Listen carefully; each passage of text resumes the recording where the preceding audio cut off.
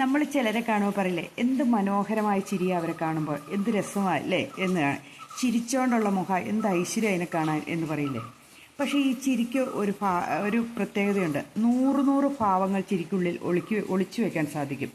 അതായത് ചിരിച്ചുകൊണ്ട് കഴുത്തിറക്കുന്നവരുണ്ട്, ചിരിച്ചുകൊണ്ട് മറ്റുള്ളവരെ പരിഹസിക്കുന്നവരുണ്ട്, ദുഃഖം ഉള്ളിൽ ഒതുക്കി പുറമെ ചിരിക്കുന്നവരുണ്ട്, ചിരിയിലൂടെ ആരോഗ്യം കണ്ടെത്തുന്നവരുണ്ട്, ചിരിയിലൂടെ മറ്റുള്ളവരെ ഒന്നുമല്ലാതാക്കി താഴ്ത്തി കെട്ടുന്നവരുണ്ട്, ചിരിയിലൂടെ മറ്റുള്ളവരെ അവഹേളിക്കുന്നവരുണ്ട്.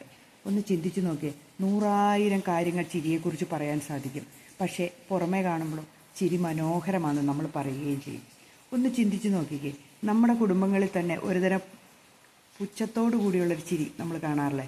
എന്തെങ്കിലും പറയുമ്പോൾ കേൾക്കാതിരിക്കുമ്പോൾ ഒരു ചിരി കാണിക്കില്ലേ? ഇതൊക്കെ നമ്മളെ അപ്പോൾ വേദനിപ്പിക്കുന്നുണ്ട് മനസ്സിൻ്റെ ഉള്ളിൽ. അപ്പോൾ ചിരിക്ക് പല ഭാവങ്ങളുണ്ട് എന്ന് മനസ്സിലാക്കുക. ശരിയാണോ? നിങ്ങളൊന്ന് ചിന്തിച്ച് നോക്കി.